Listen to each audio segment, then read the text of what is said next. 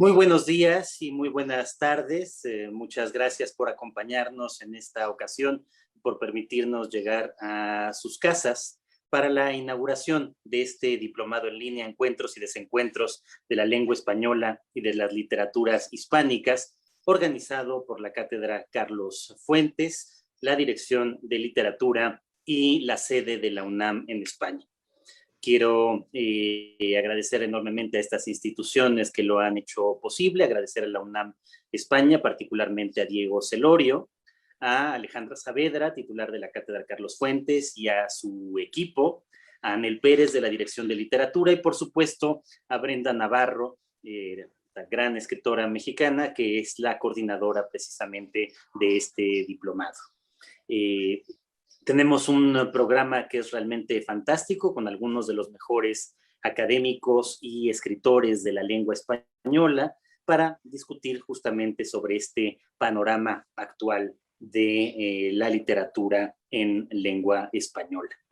Y qué mejor que iniciarlo el día de hoy con una conferencia magistral del escritor argentino Damián Tabarovsky, que está aquí también ya con nosotros. Muchísimas gracias entonces a todas y a todos. Alejandra, Carla, Anel, Brenda y Damián, bienvenido. Muchísimas gracias de verdad por inaugurar este diplomado. Así que sin más, pues le doy la palabra a Anel Pérez, directora de literatura de la Universidad Nacional Autónoma de México. Anel. Muchísimas gracias, doctor Volpi. Buenos días para todo el mundo o buenas tardes por allá en España. Hoy es un día muy importante para la Dirección de Literatura y de Fomento a la Lectura y nos da muchísimo orgullo estar acompañando a la Cátedra Carlos Fuentes esta mañana para dar inicio públicamente, pero para concluir un periodo de muchísimo trabajo que hemos tenido para pensar cuáles son los encuentros y los desencuentros justamente, y por eso lo pusimos en plural, de las literaturas hispánicas y de la lengua española. Esto se enmarca en un proyecto de Cultura UNAM y de la UNAM en general que se llama México 500, que tendrá todo este año un espacio para reflexionar quiénes somos después de 500 años, y esto desde luego a propósito de la caída de Tenochtitlán, que marca un espacio, una nueva configuración de algo que no sabemos, pero que vale la pena repensar qué es y quiénes somos, o qué hemos sido y cómo nos hemos ido construyendo. Y en ese marco, desde luego, la lengua, la literatura fundan un papel fundamental desde un lenguaje impuesto colonialmente hasta el lenguaje como resistencia. En toda esa gama de posibilidades es que este diplomado finalmente llega al día en que comienza, y digo finalmente porque han sido muchas discusiones, muchas polémicas, mucho trabajo, para empezar este día ya públicamente con un experimento que va a estar muy interesante. Al mismo tiempo, nos da muchísimo gusto que este día sea una celebración más de lo que la UNAM es en terreno internacional. La UNAM es mucho más que lo que ocupa la ciudad universitaria, es más de la metrópoli de la Ciudad de México, y está no solo en varias sedes de la República Mexicana, sino en otros países y otros continentes, y ese es el caso de la UNAM España. Así que nos complace infinitamente colaborar con Diego Celorio, con Andrés Ordóñez, desde luego con Adriana también, que está por ahí, Adriana Suárez, y quiero felicitar muy especialmente el trabajo y el empeño que le han puesto Alexandra Saavedra y Carla Elisa Morales, de una cátedra que funciona hace apenas un año con unos resultados impresionantes. Felicidades a la Cátedra Carlos Fuentes, y nos complace enormemente, Brenda Navarro, que tú seas la coordinadora de este diplomado. Esto nos da un honor, un placer y sobre todo una certeza académica infinita. Así que gracias a todas y a todos los que han participado en este proyecto. Suerte a los alumnos y a las alumnas, que me dan toda la envidia del mundo por ser los privilegiados en este espacio y este proyecto. Así que no tengo nada más que agradecer y que desear la suerte. Gracias, Alejandra. Bueno, pues muy buenos días, buenas tardes en España a todos y todas los que nos acompañan esta mañana, esta tarde. Saludamos con especial entusiasmo al público del Centro de Estudios Mexicanos de la UNAM en España, al de la Cátedra Carlos Fuentes, por supuesto, al de la Dirección de Literatura y Fomento a la Lectura, pero con especial cariño y emoción a todos los participantes que empiezan este diplomado hoy con nosotros, que se titula como ya dijeron mis compañeros, encuentros y desencuentros de la lengua española y las literaturas hispánicas. Rápidamente, yo solo quisiera mencionar que este diplomado es el resultado de un arduo y a la vez grato trabajo de colaboración con los equipos que conforman el Centro de Estudios Mexicanos de la UNAM en España y de nuestra cátedra, de las conversaciones, de las inquietudes, de las discusiones que tuvimos con Brenda Navarro desde hace muchísimos meses y que nos permitieron acoger una idea de ella inicialmente, a la que de manera colaborativa nosotros fuimos dando forma. Este diplomado pretende facilitar un espacio académico en el que se discuta, se debata, se cuestionen diferentes ideas en torno a las literaturas hispánicas, su recepción, su traducción, sus transformaciones y también incluso aspectos relativos a la distribución. Tuvimos el honor y la suerte de poder conformar un extraordinario equipo de 30 ponentes que hablarán de su experiencia literaria en el ámbito en el que cada uno de ellos se desempeña. Y pues como sería muy difícil mencionarlos a todos, en nombre de la UNAM España y de la cátedra, nosotros hacemos extensiva nuestra gratitud al maravilloso equipo que logramos conformar. Bueno, asimismo yo no quisiera dejar de mencionar que esto no sería posible sin el apoyo, sin la confianza que le ha dado el doctor Volpi y la maestra Anel Pérez a la cátedra, a nuestros proyectos, a nuestras actividades, y también a un gran grupo de colaboradores que desde las áreas administrativas a las de diseño han contribuido a que estemos hoy aquí. Le agradezco a Adriana, a Carla, a Idebrán, a Jean-Luc, pues a todos los que están, digamos, en la parte de atrás, ¿no? El diplomado, como lo mencionó hace un momento Anel, hace parte de este programa de México 500, pero también cuenta con el sello de respaldo de la red Canoa, que es la red de los centros culturales iberoamericanos que trabajan juntos para la internacionalización de la cultura en español.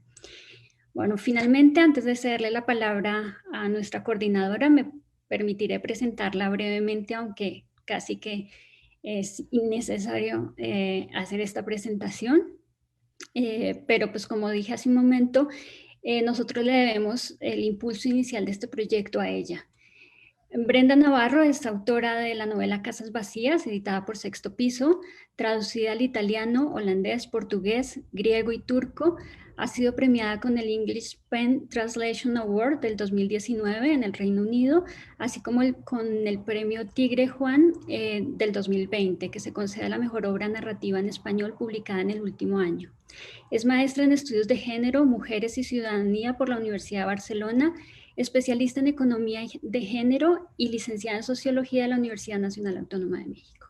Diplomada en Derechos Humanos con especialidad en acceso a la justicia por la Universidad Iberoamericana y fundadora del proyecto Enjambre Literario del 2016 al 2020. Integrante del Comité de Organización del Encuentro Escritoras y Cuidados y ha colaborado en medios como El País, Pícara Magazine, La Marea, Milenio, Tierra Adentro, entre muchos otros. Brenda, muchísimas gracias por todo el trabajo que has hecho, por todo el trabajo que se viene y bueno, no me queda más que desearles éxito, que sea un diplomado muy productivo y muchísima suerte. Damián también, muchísimas gracias por acompañarnos, por haber aceptado nuestra invitación. Te lo digo como parte organizadora, pero también como una admiradora de tu trabajo, como una lectora de tus textos. Mil gracias, es un honor que nos acompañes. Sí, lo bueno de ser la penúltima es que ya no tengo que decir muchas cosas porque ya las han dicho casi todas, pero quiero iniciar este diplomado de los encuentros y desencuentros de la lengua española y las literaturas hispánicas diciendo por qué escogí a Damián Tabarovsky para iniciar esta conferencia, y es porque por ahí del año 2017-2018, no recuerdo bien, yo estaba en Barcelona conversando con un editor que colaborará también con el diplomado sobre qué pasaba con los lenguajes latinoamericanos y el lenguaje castellano oficial que existía en España y en Barcelona, que además hay todo un conflicto con el catalán, etc. Y recuerdo que los dos casi que al mismo tiempo dijimos, ¿leíste este artículo sobre Damián en el que Él decía que el poder ya entiende la lengua como una mercancía, y lo dijimos casi al mismo tiempo, al unísono, en acento argentino y acento mexicano,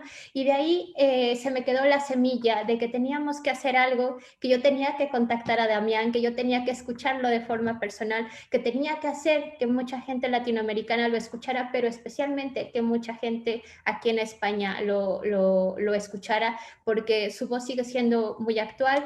Lo que él hace como trabajador de la literatura, digámoslo de alguna forma, como editor, como escritor, sigue retumbándonos a todas las personas que nos hemos formado en la literatura. Así que para mí, cuando Damián dijo sí, con la facilidad que lo dijo, sin ningún tipo de preguntas, fue una gran emoción, porque ya como ha dicho Alejandra, han sido meses de mucho trabajo, meses de cerrar agendas y de cuadrar horarios, y eso es lo maravilloso que nos ha traído el online, aunque lo escabroso también, ¿no? Así que, como yo siempre digo, la literatura tiene algo de belleza y algo de horrible siempre, y hay que aprender a convivir con ello.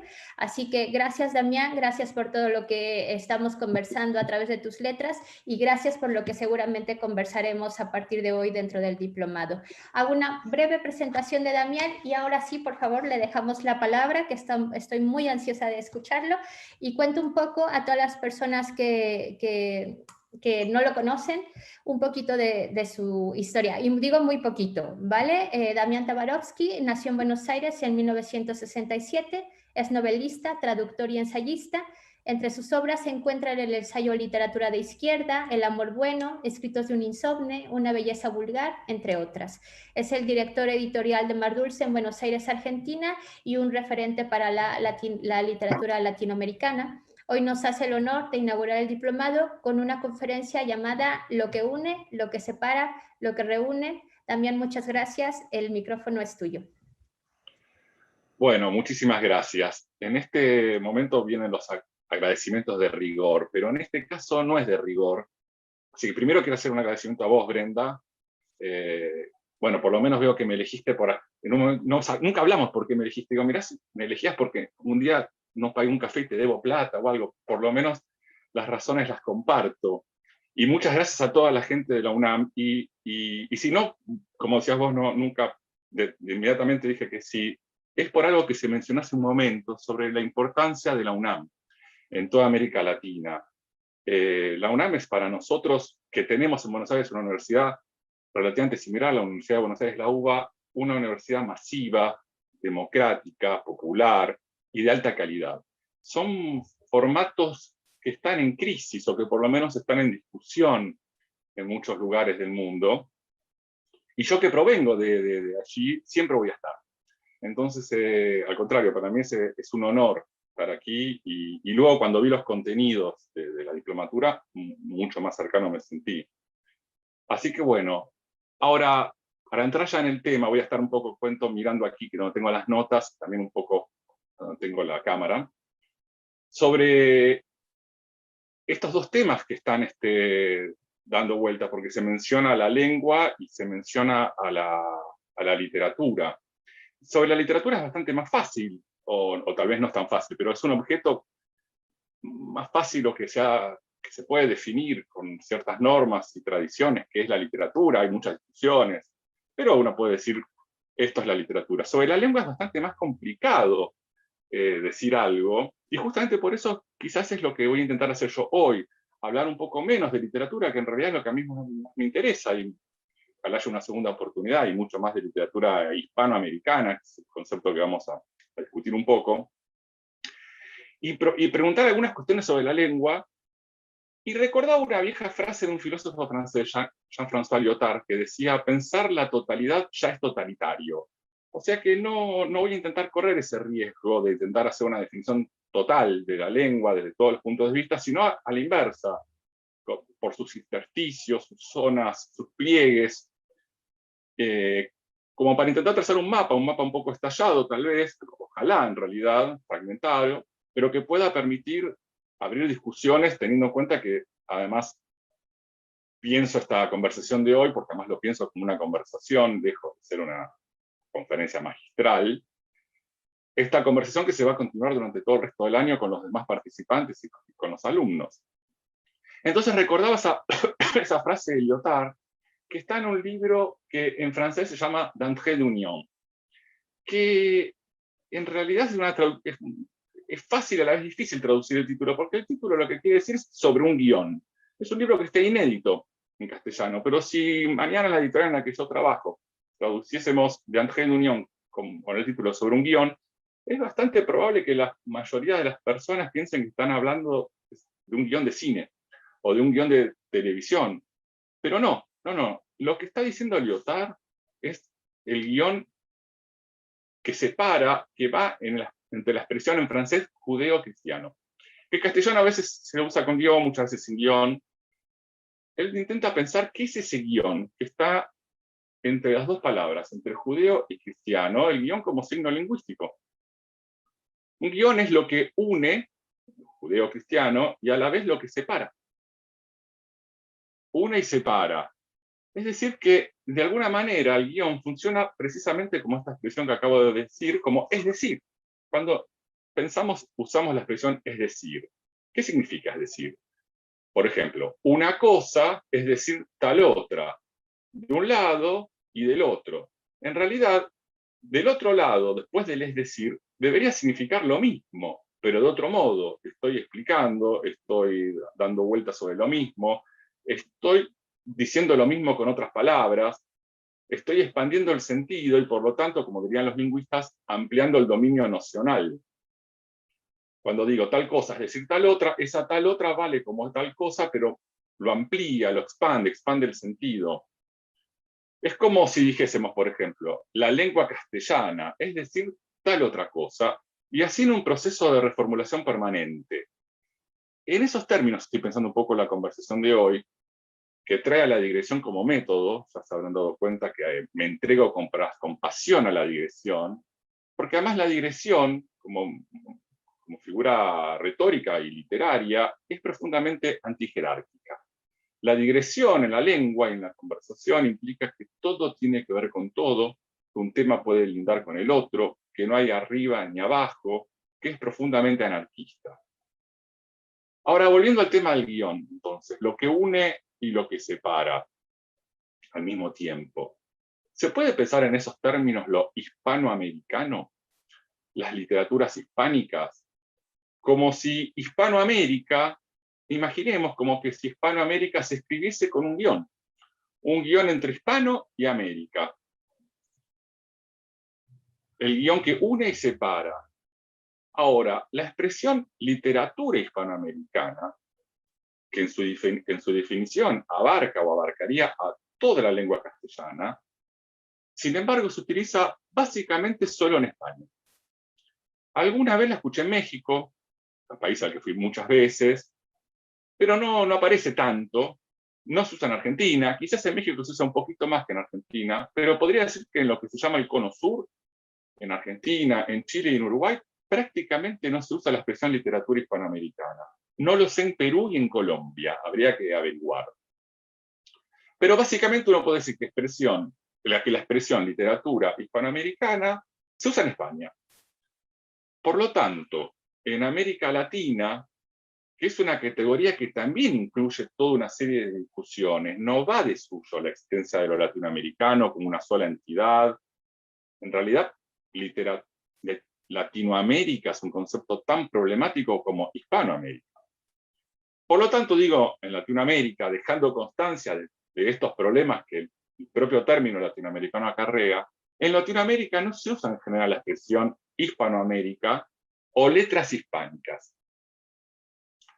Se habla de una parte de la literatura nacional, la literatura mexicana, argentina, chilena, etc., y de la literatura latinoamericana, y del otro lado, de literatura española. En general, se hablan esos términos. Es decir, que mientras que España piensa en una literatura hispanoamericana, América Latina no suele hacerlo. En realidad, no hace falta construir demasiada teoría en torno a esto. Alcanzan con ver el punto donde desemboca todo lo que nosotros nos dedicamos a escribir, a pensar, o por lo menos uno de los puntos donde desembocan, que son las librerías. van a encontrar muy pocas librerías en Argentina, en Uruguay y en Chile que tenga una sección llamada Literaturas Hispánicas o Literatura Hispanoamericana.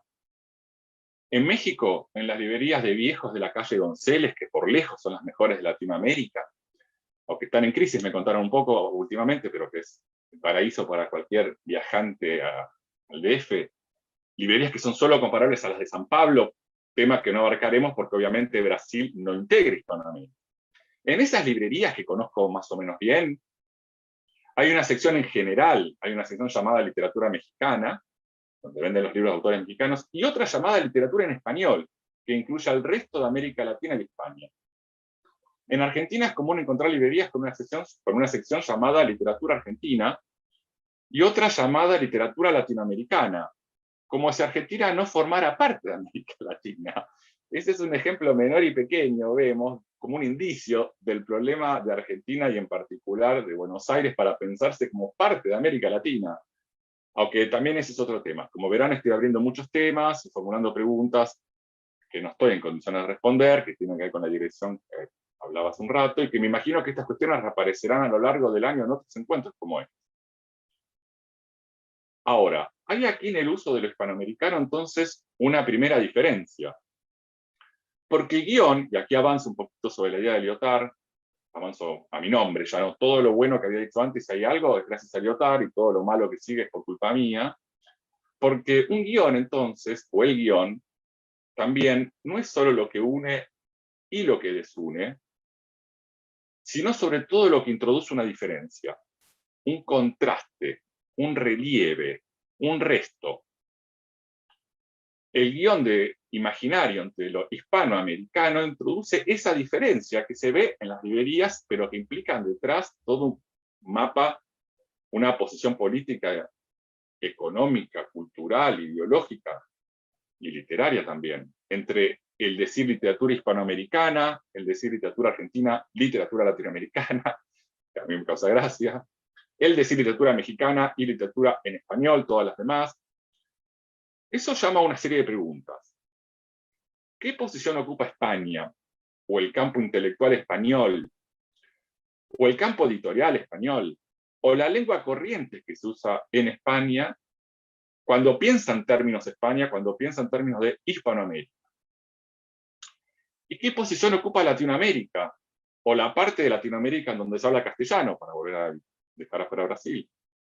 ¿O el campo intelectual latinoamericano cuando no piensa habitualmente en términos de Hispanoamérica? Esas son las preguntas que van a guiar un poco la conversación de hoy, que vamos a ir y volver sobre este mapa fragmentario que decía, y que creo que también es una de las preguntas que van a guiar, me imagino, toda la diplomatura todo este año. Este guión que a la vez une y separa, esa diferencia, ese malentendido tal vez, que remite a aquellos que nos encuentra, nos desencuentra y nos reencuentra de un lado y del otro del océano, puede servir de disparador entonces para reflexionar sobre el estado de la cuestión de, como se llamaba un poco esta conversación, lo que nos une, nos separa y nos reúne. Cuestión que no puede dejar de lado, en mi opinión, al menos tres dimensiones. Una reflexión sobre el funcionamiento del mercado editorial y mediático y sus núcleos centrales y zonas periféricas. Dos, el funcionamiento de la lengua española, en el capitalismo global. Y tres, y por supuesto, la relación de todas estas cuestiones con la literatura, que es, en definitiva, el asunto que más nos interesa. Pero antes quiero volver por un segundo a la noción de malentendido que mencioné hace un momento. ¿Cómo entiendo la expresión malentendido y por qué la introduje? En mi opinión, hay que entender al malentendido y al conflicto, porque lo que estoy planteando es a la lengua como un territorio de conflicto, como algo productivo. Propongo entonces pensar en términos de la productividad del conflicto, de la productividad del malentendido, no como un desperdicio, un error, un accidente, sino pensando en términos de productividad, de lo que produce. Propongo pensar este asunto del malentendido de lo hispanoamericano, de lo latinoamericano, de América Latina y España, de México y otras literaturas, etc. Propongo pensar este asunto bien lejos de todas esas imágenes edulcoradas, y lugares comunes y cristalizadas de la lengua española como una riqueza, un bien común que tenemos todos, una gran patria. O mejor dicho, propongo pensar estos temas partiendo de eso, porque efectivamente la lengua castellana es nuestro bien común, es nuestra riqueza y es nuestra gran patria. Pero también es un espacio de disputa, de conflictos y de tradiciones distintas y de oposiciones. Y esa conflictividad inherente a las diferentes posiciones en la lengua, posiciones centrales y posiciones periféricas, posiciones vanguardistas y posiciones conservadoras, posiciones de cambio y posiciones de permanencia, hay que leer a esa conflictividad entonces como un aspecto productivo en sentido estricto. La lengua como productora, como produciendo algo, pero también la lengua como producto, como mercancía. De todo esto vamos a hablar hoy, o mejor dicho, ya lo estamos haciendo, ya estamos hablando de toda esta constelación de problemas. Pero permítame mencionar otra precondición, o tal vez otra precaución, porque quiero ser claro hasta donde puede ser claro en la lengua, ¿no? Hasta donde se puede ser claro en la lengua, como decía Lacan, una frase que siempre me gustó mucho de Lacan, usted sabe lo que dijo, pero no puede saber lo que el otro escuchó. Esa idea de conflicto entre centro y periferia, vanguardia y reacciones, o incluso entre literatura y mercado, acá anoté un poco lo que Brenda dijo al pasar, el mercado pide cosas que la realidad no puede, así se introdujo esa tensión también entre literatura y mercado, todos asuntos sobre los que, insisto, vamos a hablar esta tarde, y me imagino que también se hablarán las conversaciones con los demás participantes de este ciclo a lo largo del año. Esta idea de conflicto entonces también está atravesada por otra tensión, una tensión que en América Latina viene desde el siglo XIX, o incluso desde el fin del siglo XVIII, que es la tensión entre cosmopolitismo y nacionalismo. Una conversación sobre el español, sobre el castellano de un lado y del otro del océano, y del sur al norte, porque como decía antes, Latinoamérica tampoco es un dato dado, un dato fijo, algo que tenemos que dar por sentado. Implica pensar también esa tensión entre cosmopolitismo y nacionalismo, y cómo ocurren esas cuestiones hoy en tiempos de globalización, por llamarlo de alguna manera, ¿no? Con el término globalización es un término que no me satisface, que es insuficiente y por momentos programático o publicitario del orden neoliberal, pero que lo voy a usar ahora para avanzar y no detenernos aquí. Entonces, quisiera empezar por el final, o tal vez por el comienzo, por plantear mi postura de entrada. Nada de lo que vengo diciendo, ni lo que se ha dicho hoy, nunca yo hablo del nacionalismo. Por supuesto existen las cuestiones nacionales. Vamos a la escuela en un país y no en otro, recibimos ciertas herencias culturales y no otras, pertenecemos a ciertas tradiciones y no a otras. Pero no es nunca, en mi opinión, el nacionalismo la solución a estos problemas, a los problemas que trae la globalización, en nuestro caso a la lengua globalizada. Pero tampoco lo es un cosmopolitismo por momento vacío de sentido, un cosmopolitismo de tipo falsamente humanista, lleno de grandes buenas intenciones y ninguna injerencia en la transformación social. Porque en verdad decir cosmopolitismo hoy, ahora, aquí, en esta conversación, implica correr el riesgo de un cierto ridículo, ¿no? De un tímido grotesco. Tal vez lisa y llanamente del sinsentido. Son todos riesgos que hay que correr, aún pensando en esto y tomando nota. Riesgos que hay que correr tomando nota. ¿De qué? Creo que hay que tomar nota de que el cosmopolitismo, como categoría, como concepto y sobre todo como sensibilidad, en su devenir histórico en Latinoamérica, se ha vuelto irremediablemente cursi, irremediablemente kitsch. El cosmopolitismo clásico, el del fin del siglo XIX a las primeras décadas del XX, en México, en Argentina, en Chile, adquirió varias facetas y formas, pero en general estuvo asociada a una cuestión de clase. Las clases dominantes se permitían ser cosmopolitas, ser ciudadanos del mundo, tener su hogar en todos lados, que en verdad eran dos, en América Latina y en Europa. Por tomar un caso entre tantos y tantos otros, muchos, pocas novelas describen mejor ese modo cosmopolita de clase, y puntualmente la megalomanía de la clase alta rioplatense, que El hombre de la pampa de Jules Supervielle. Publicada en 1923, Supervielle, de lengua francesa, pero nacido en Montevideo, con una gran cultura cerca de nosotros, los latinoamericanos, narra la historia de un terrateniente que, cansado de la chatura de la pampa, de su horizonte plano, hace que un grupo de trabajadores, especies de semiesclavos, construyan una montaña como un volcán para tapar la línea del horizonte y cortar con el aburrimiento de la pampa, mientras rodea ese volcán de fuentes árabes, faisanes y otras especies exóticas. Pero ese falso volcán, bajo el imaginario surrealista de la época, entra en erupción verdadera.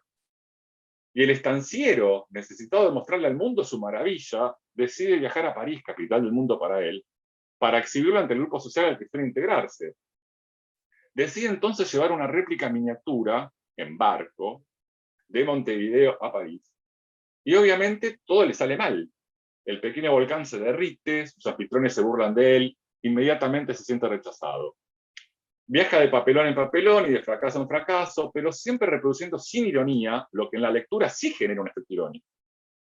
Los modos de la clase alta rioplatense fascinada con París, con Madrid, con Europa, con el cosmopolitismo europeo ya en decadencia, y con los usos y costumbres de un mundo que se le vuelve al terrateniente rioplatense irremediablemente ajeno.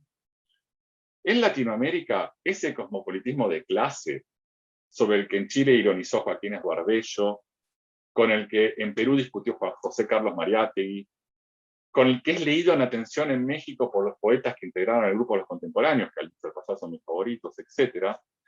Ese cosmopolitismo de clase, con el paso del tiempo, ese cosmopolitismo también entró en decadencia, marcado por la situación de esas clases altas, por una clase alta que paulatinamente fue cambiando París por Miami como escenario de deseos y fantasías. El cosmopolitismo, como utopía de una clase ilustrada, culta, elegante, abierta y sensible, en Latinoamérica fue dejando lugar a una nueva clase dominante, marcada por una falta casi total de proyecto cultural, que se encarna, por dar un ejemplo doloroso y brutal, en esos empresarios millonarios en cuentos offshore, llenos de negocios turbios, que suelen llegar a ser presidentes de nuestros países, sin ningún otro proyecto cultural que el del dinero y el dolor que trae aplicado la vida en clave neoliberal. Hoy ese tipo de cosmopolitismo de clase alta del principio del siglo XX se ha vuelto kitsch y casi una parodia de sí mismo. Y luego, en esa situación, llegó la globalización. Es decir, de algún modo, el fin del cosmopolitismo. La experiencia de lo mismo en todas partes, la homogeneización del mundo, ya no la necesidad del viaje moderno para estar a la paz, la tentación de volverse dandy, de descubrir algo allí lejos que aquí no hay, y traerlo primero, contarlo primero, como Tablada en México, escribiendo haikus, recorrer primero otros salones y usar otras máscaras. No, sino la globalización como aplanamiento de la diversidad. La misma calle peatonal igual en todas las ciudades de provincia europea, con los mismos negocios de marcas globales, las mismas series de televisión norteamericanas, endiosadas como si fueran obras de arte, la misma camiseta del futbolista famoso que se vende en la India y en Bolivia, las mismas recetas neoliberales en todo el globo, el pensamiento único. Allí donde hay pensamiento único no hay cosmopolitismo. Por otra parte, quizás más en Europa que en América, aunque en América también veamos Brasil y los Estados Unidos de Trump, Brasil de Bolsonaro, los Estados Unidos de Trump en permanente vilo paranoico frente al afuera. En casi todos lados la globalización trajo como respuesta o como consecuencia tal vez, o para moderar un tanto el orden casual o causal de las frases, trajo cierto mecanicismo en esta idea de causa-efecto. La globalización produjo en sincronía, para decir como dirían los estructuralistas, otro fenómeno igualmente marcado, la reacción nacionalista. Globalización y vuelta a los localismos nacionales y sus rápidas derivas hacia la xenofobia, el racismo, el fascismo solapado, deben ser pensados como fenómenos concomitantes en un mismo horizonte de comprensión. Esto está ocurriendo hoy en España con Vox, en América Latina con Bolsonaro en Brasil, y con otros tipos de extremas derechas que no han accedido aún, por suerte, al poder en otros países. Bueno, déjeme decir lo siguiente entonces, ya lo acababa de decir. Allí donde hay nacionalismo cerrado, tampoco hay cosmopolitismo. Y allí donde hay globalización extrema, tampoco. Es tiempo entonces tal vez de pensar en otro tipo de cosmopolitismo. No ese cosmopolitismo de clase que entró en decadencia, sino en un cosmopolitismo otro. Ya no en un cosmopolitismo a la antigua, un cosmopolitismo de clase carente hoy de existencia o que pervive solo de un modo kitsch y sobre todo ausente de todo interés, mucho menos aún en un cosmopolitismo abolido por la mismidad de la globalización y por las reacciones nacionalistas, Lo cual genera una paradoja, ¿no? Las reacciones nacionalistas parecen ser iguales en todos lados. Es curioso. Es nacionalista, pero es idéntico, es global. Como una especie de nacionalismo global, ahí hay una paradoja en la lengua. Un oxímono. Tal vez como tentativa, como horizonte de discusión, siempre provisorio, estemos en condiciones de rescatar ese concepto como politismo para pensarlo de otro modo, darle otro contenido, un contenido crítico. El cosmopolitismo como un modo de cuestionar la globalización y como un modo de cuestionar el nacionalismo neofascista. Un cosmopolitismo de lo abierto, de la diferencia, de lo heterogéneo, incluso de la inadecuación. El cosmopolita ya no sería ese ciudadano del mundo que tiene su casa en todas partes, que se siente pleno en todas partes, que habita el mundo, sino el que, conociendo al mundo como nadie, no se adecua a él. Es el que vive en el malestar frente al estado de las cosas, el que habla castellano para cuestionar desde adentro los lugares comunes del castellano. ¿Es posible un cosmopolitismo de la alteridad? Pensado en ese modo, antes que una sensibilidad de clase, ese cosmopolitismo sería una posición política y estética crítica, un cosmopolitismo heterodoxo. Podríamos pensar entonces al castellano y las discusiones y los conflictos en el castellano desde esta perspectiva. Por lo tanto, cualquier comentario crítico que se mencione hoy aquí, por ejemplo, acerca del poder hegemónico del mercado español, sobre el que diré unas palabras más adelante, no debería entenderse nunca como algo planteado desde cualquier defensa de lo nacional o del nacionalismo latinoamericano. No critico las desigualdades del español desde ningún nacionalismo, sino al contrario, de una perspectiva cosmopolita, desde ese nuevo cosmopolitismo crítico, hecho de excentricidad y de conflictividad productiva. De hecho, esta pregunta puede ser rastreada desde hace mucho tiempo, sin duda desde el siglo XIX y principio del siglo XX. Por dar un ejemplo entre muchos otros, en este caso ligado a Argentina. Como ustedes saben, Argentina y a Buenos Aires, como ustedes saben, el castellano del Río de la Plata, que incluye también a Montevideo, presenta una serie de características distintivas, como sobre todo el uso del voceo y no del tú, lo que desemboca también en otro tipo de conjugación y acentuación de los verbos. Nosotros no decimos tú sabes, sino vos sabés. Esto es muy conocido y no quiero abundar en eso, pero lo menciono porque quisiera contarles esta otra historia, esta anécdota. En 1927, en Buenos Aires, el diario Crítica, el diario más vendido de entonces, un diario sensacionalista, de crónica roja, se dice, para decirlo como dirían en México, leído por los extranjeros recién llegados a Argentina, del fin del siglo XIX y principio del XX, es la gran llegada de la inmigración extranjera, española e italiana a Argentina, leído por los extranjeros, un diario popular, poco intelectual, pero en el que escribían varios de los más importantes escritores argentinos, como Borges y Roberto Arlt. Crítica, el diario Crítica, entonces organizó una encuesta sobre el argentino como idioma, en 1927. La pregunta era, ¿el argentino es una lengua propia? ¿Hay un idioma de los argentinos? Es una pregunta que se remonta, al menos en Argentina, al Salón Literario de 1837, de un siglo antes.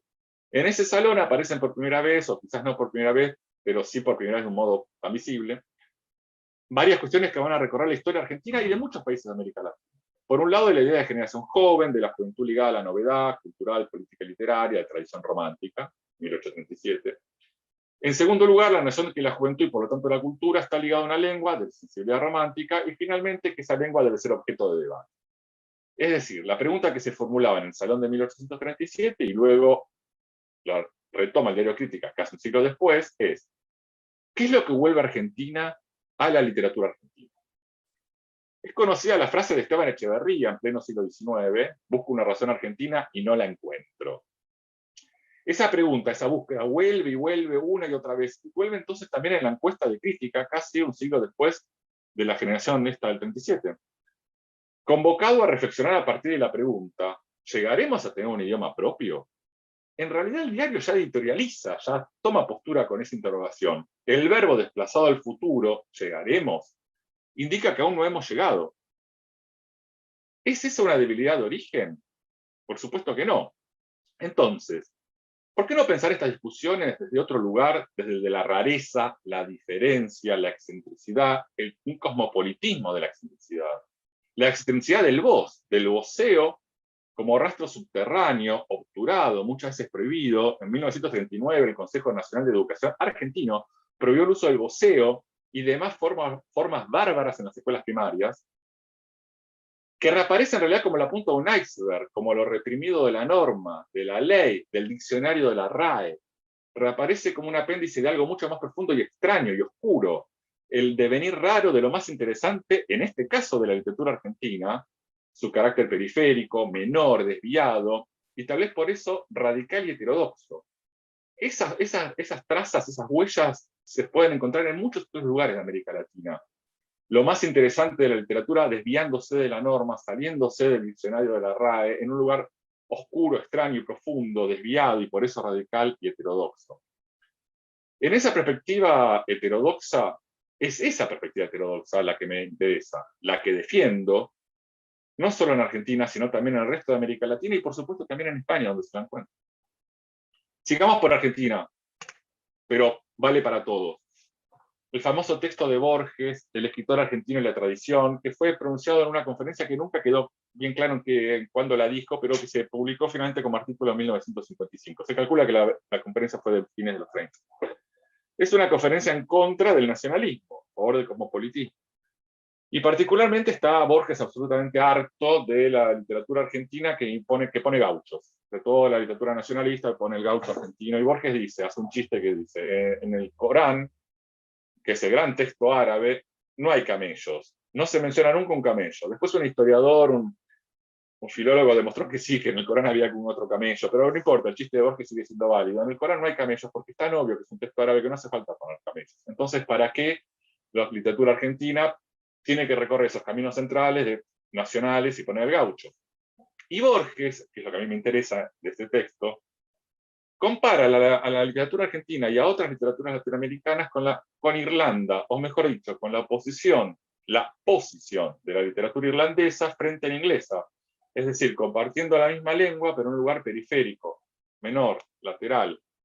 Y dice Borges, Argentina y América Latina pertenece a la tradición occidental, pero en el margen. Excéntrica, pero desde el punto de vista topográfico, no como un valor moral, como una carta de presentación, sino que en un mapa estamos excéntricos, estamos en el costado del centro.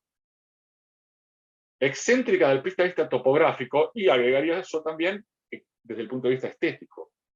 Me gustaría pensar así no solo a Borges o a la Argentina, obviamente, sino a lo más interesante de la lengua castellana.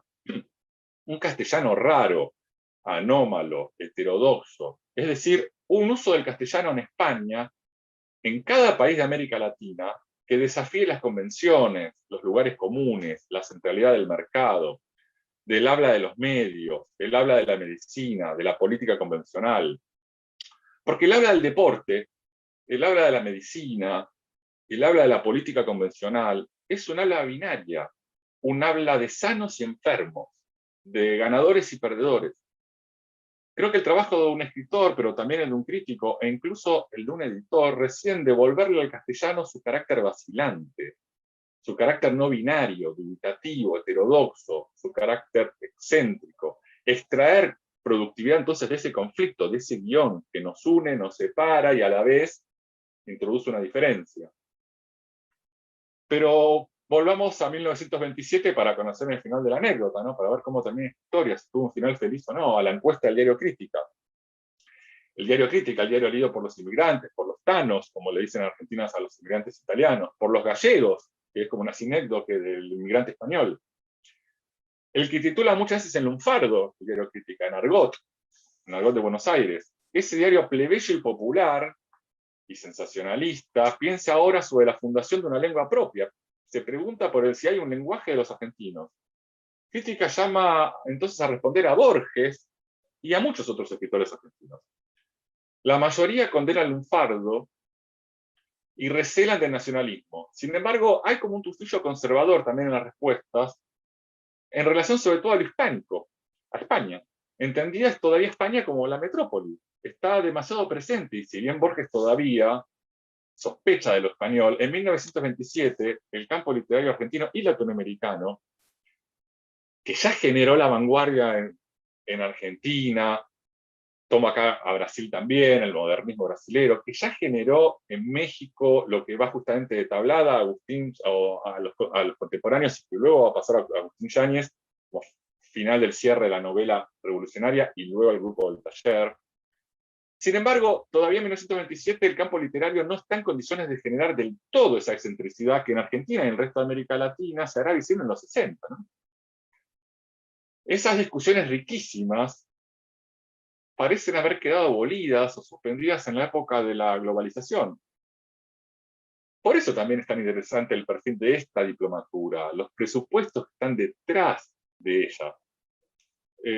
Volviendo a la pregunta que me hacía Brenda, o el comentario que hacía Brenda al principio, creo que también acepté participar porque me interesa participar en una reflexión colectiva sobre el estado de la lengua. Hablemos entonces un poco del estado de la lengua. Saltemos de 1927 a 2011, hace casi 10 años, y de Buenos Aires a Nueva York, para ver el pasaje de estos conflictos entre nacionalismo y cosmopolitismo, y el avance de la globalización como homogeneización del mundo, y por lo tanto también del español, idioma antiguamente llamado castellano, y que ahora es el español. Acá hay todo un trabajo también para hacer, en qué momento la lengua castellana se convirtió en español, en qué momento en el Word, yo estoy leyendo mi texto, desde el texto que está acá, que no se ve, es la pantalla de la computadora, que escribí en un teclado que cuando lo programé en Windows decía teclado Spanish. ¿En qué momento se convirtió el castellano en el idioma español? Bueno, volviendo a Nueva York en 2011. Como es público, porque esto que voy a contar cualquiera lo puede checar en internet, para checar la información, el 5 de diciembre del 2011, se presentó en Nueva York, dato no menor del lugar, el proyecto encarado por Telefónica, la empresa española de comunicaciones o de telecomunicaciones, con presencia en toda América Latina, proyecto llamado El valor económico del español, una empresa multinacional. ¿Cuándo se publicó en el 2011? Yo lo bajé directamente de la página de Telefónica. Supongo que ahora sí, no sé si se gastó en esa página, pero es circular en internet.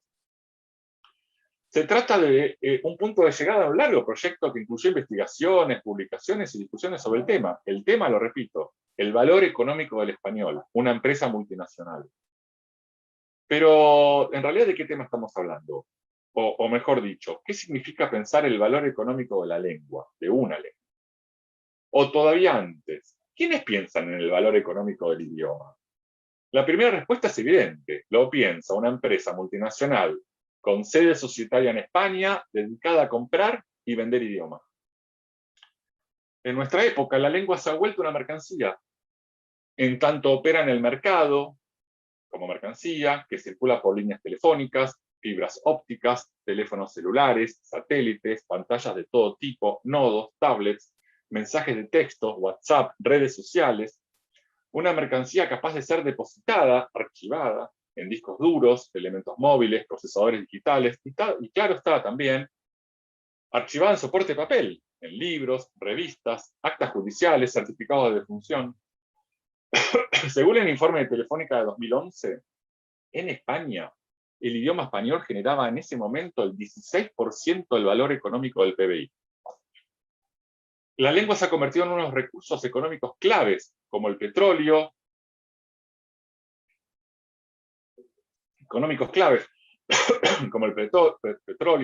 la agroindustria y la industria armamentística, y por razones obvias, hoy habría que agregar también a los laboratorios medicinales. El idioma, considerado antes, antaño, como una riqueza intangible, esto que decíamos es nuestra gran patria, es lo que nos une, considerado como una riqueza intangible, se ha vuelto un valor cotizable en el mercado. Con 450 millones de hispanohablantes en ese momento, según ese informe, el tercer idioma más hablado del mundo, la lengua castellana va en camino a convertirse en uno de los commodities del capitalismo global, como ya lo es en inglés. La crítica literaria Josefina Ludmer, en un libro llamado Aquí América Latina, una especulación, llama a este asunto de manera bien pertinente industria de la lengua. A nosotros por ahora esa definición nos alcanza como para superar el viejo paradigma de la industria cultural, que creo que no da cuenta estrictamente de esto, y reemplazarle ese paradigma de la industria cultural que viene de la escuela de Frankfurt y de grandes pensamientos emancipatorios y extraordinarios, pero que no dan cuenta todavía de este fenómeno, reemplazar entonces el paradigma de la industria cultural por el de la industria de la lengua, porque lo que produce esta nueva industria es la de producir lengua. Porque lo que sugieren decisiones estratégicas, como la tomada por Telefónica al costear caras investigaciones sobre el tema, es que el secreto de la industria reside, como siempre, en abaratar costos de producción y ampliar mercados de consumo. La lengua tiene que producir más lengua para ser rentable, y quizás por eso hoy, como nunca en el pasado, circula tanta lengua, en todas sus formas, dispositivos, almacenamientos y rangos. La lengua está sobrepresente en nuestra vida cotidiana, como están sobrepresentes todas las mercancías de consumo masivo. Porque hoy la lengua es también y sobre todo una industria. La lengua se compra y se vende. La lengua es una mercancía que circula por toda clase de tecnologías y soportes, incluidos los libros, que es a lo que nos dedicamos casi todos nosotros. Ahora bien, si España es el territorio económicamente dominante en la lengua, ¿cómo no tendría su industria esa preponderancia? Pensar en los modos de circulación, distribución, venta y consumo de la lengua implica también describir los puntos de concentración, de poder, de centralidad y los ejes periféricos, laterales, marginales en ese mapa. Permítame ahora contar una anécdota personal porque en mis tiempos libres me dedico a escribir novelas. Y hace años publiqué una novela en un grupo multinacional con sede en España.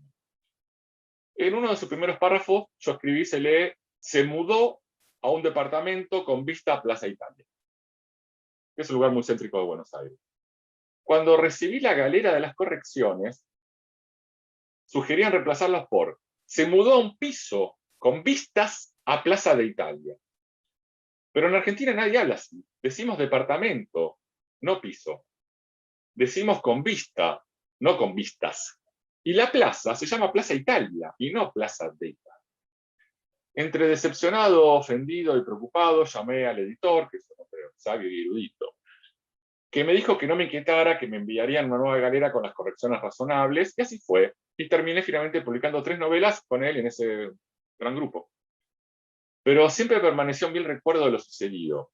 ¿Algún corrector distraído, o no tanto, pretendió traducirme al español de España? Esto me recuerda, por dar otro ejemplo, que mencionó un poco Brenda, así que me lo salteo, lo digo un poco rápido, el caso de lo ocurrido hace unos años en España en torno a los subtitulados españoles de Roma, la película del director mexicano Alfonso Cuarón.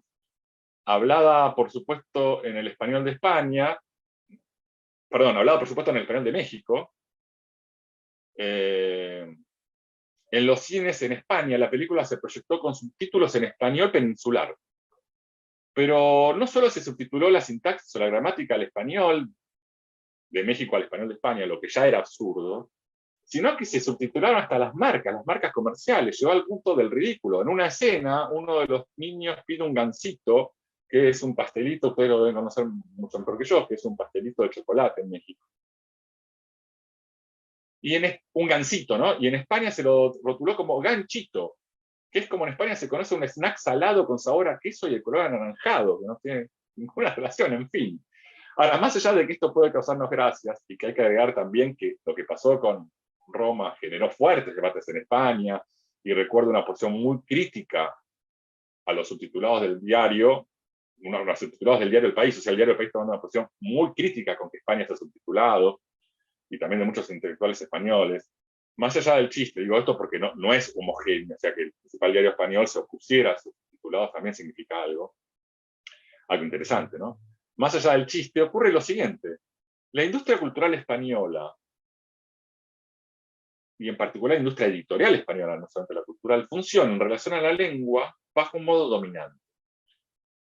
Porque, como decíamos recién, hoy la lengua es también y sobre todo una industria. La lengua se compra y se vende. La lengua es una mercancía que circula por toda clase de soportes, incluidos los libros. Y pues, como decíamos también hace un rato, si España es el territorio económicamente dominante de la lengua, ¿cómo no tendría su industria esa preponderancia? Y digo esto, discuto esto, como empecé diciendo, muy alejado de cualquier perspectiva nacionalista latinoamericana, sino en nombre de este cosmopolitismo. ¿Cómo no tendría entonces la industria española esa preponderancia? Y sobre eso vale la pena discutir, antes que sobre la calidad de las traducciones que se realizan en España. No obstante, ¿y las traducciones? A los argentinos, a los uruguayos y a los chilenos, por mencionar a quienes más conozco, no les gustan las traducciones hechas en España. Y a veces tienen razón. Un amigo poeta, con ironía, suele decir que las traducciones de anagrama son incomprensibles hasta en España y solo son valoradas en los alrededores de la calle Pedro de la Creu en Barcelona. Es una exageración, pero es un chiste.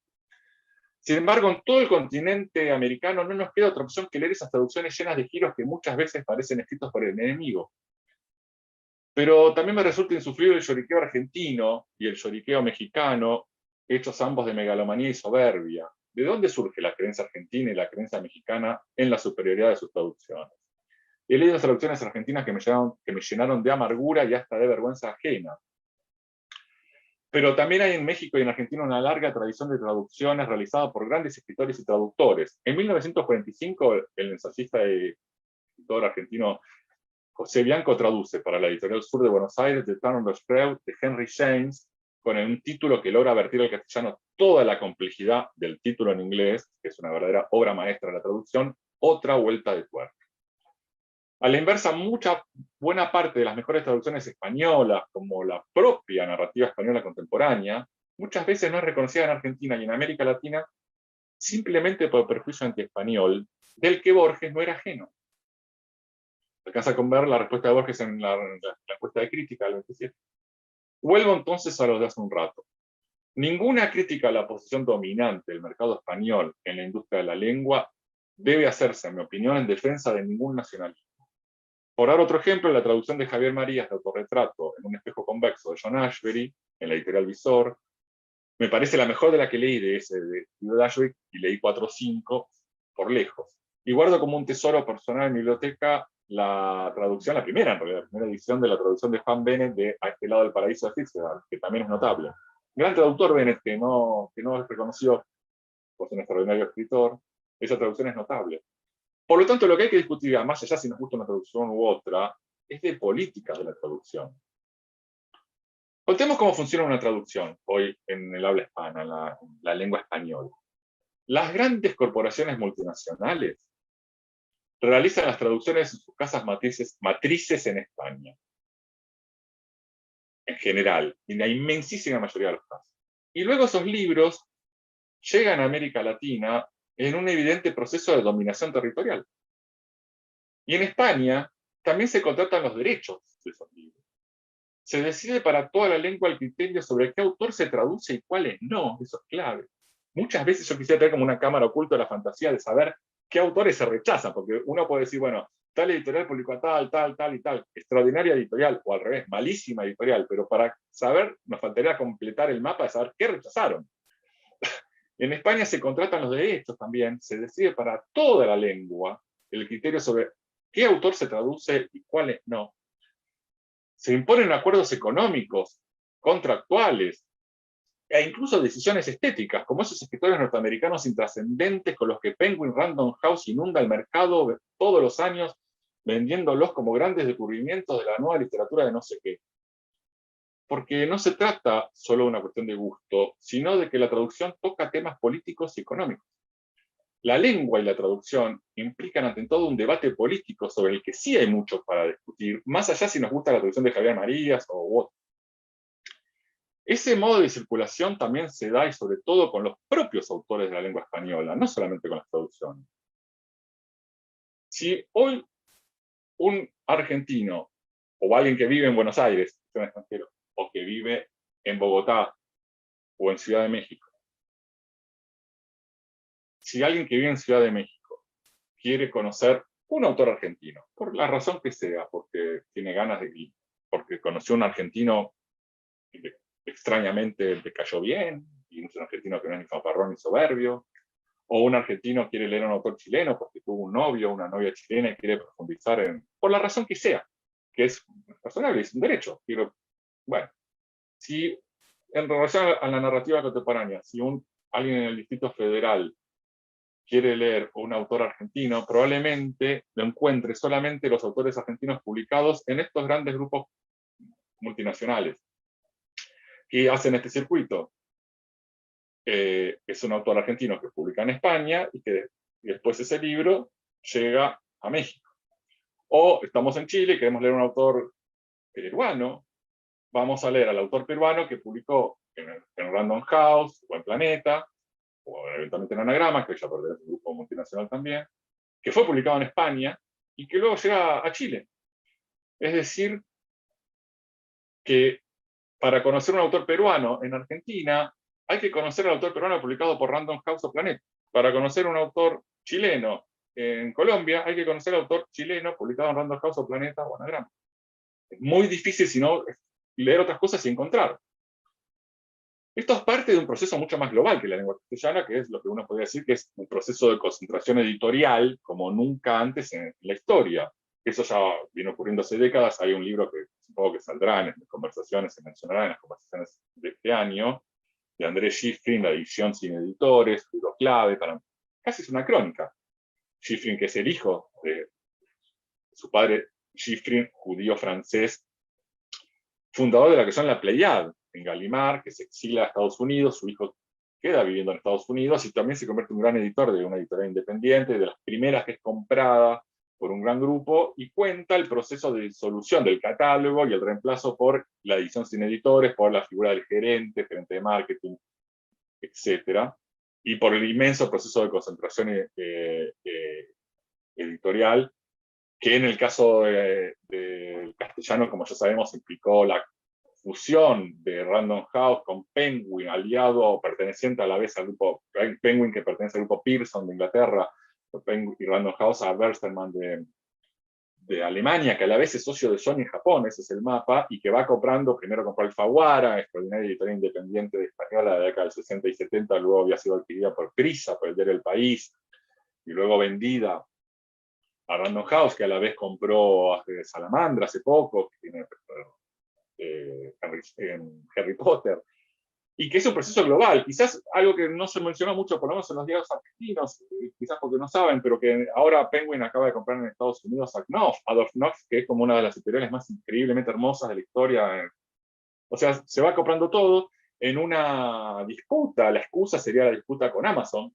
Entonces quedaría el mundo dividido en inmensos holdings, conglomerados de la comunicación y de la edición, porque son más que eso, por un lado, para enfrentarse hacia otro inmenso holding que es Amazon, y que en épocas de pandemia ya hemos visto que ha crecido su capital de manera exponencial.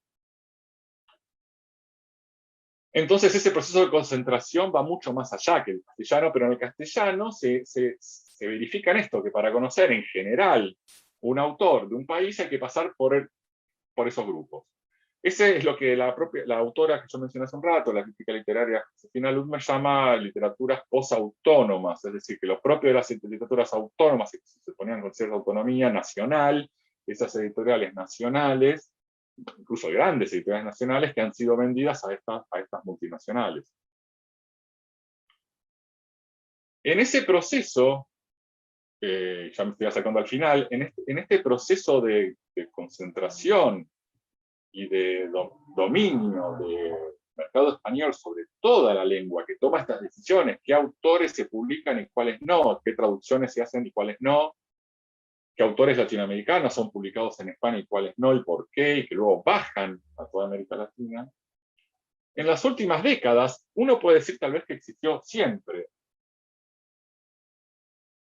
Y seguramente es así. De hecho, yo para arrastrar el problema del cosmopolitismo hoy me fui hasta 1927, así que siempre están estos problemas. Pero en las últimas décadas no es un problema, al contrario, me parece que es algo muy interesante, se acrecentó, es la aparición en toda América Latina y en España, aquí hablo como argentino, ¿no? Que habla de América Latina y España, pero podríamos decir en toda Hispanoamérica, de un conjunto de pequeñas editoriales, o también llamadas con un poco de soberbia, editoriales independientes, que es una palabra que a mí no me gusta, porque las editoriales independientes, o sea, la idea de la independencia de una editorial remite a una cuestión a priori, que es no pertenece a un grupo, a un holding. Entonces, es independiente desde el punto de vista comercial o económico. Lo cual también genera muchas preguntas, porque son las editoriales en general más frágiles económicamente, pues son pequeñas, y entonces son las más dependientes, en realidad, de la situación económica del mercado, pero sobre todo que al priorizar la independencia, lo independiente, solo desde el punto de vista económico, se pierde otro lugar que para mí es el más importante, pero también es el más subjetivo y el más difícil de definir, que es la independencia de criterio. ¿Cómo puede pensar un editor para justamente repensar la lengua en este marco que estoy diciendo y tener una independencia de criterio en relación al mainstream? Estas editoriales independientes que aparecieron en toda la lengua intentan llevar a cabo un trabajo radial. Sí, las multinacionales, las grandes empresas, tienen una lógica vertical, es decir, llega de Lima el autor, se publica en Barcelona o en Madrid y baja a México. Con la misma lógica con el que existían los virreinatos, ¿no?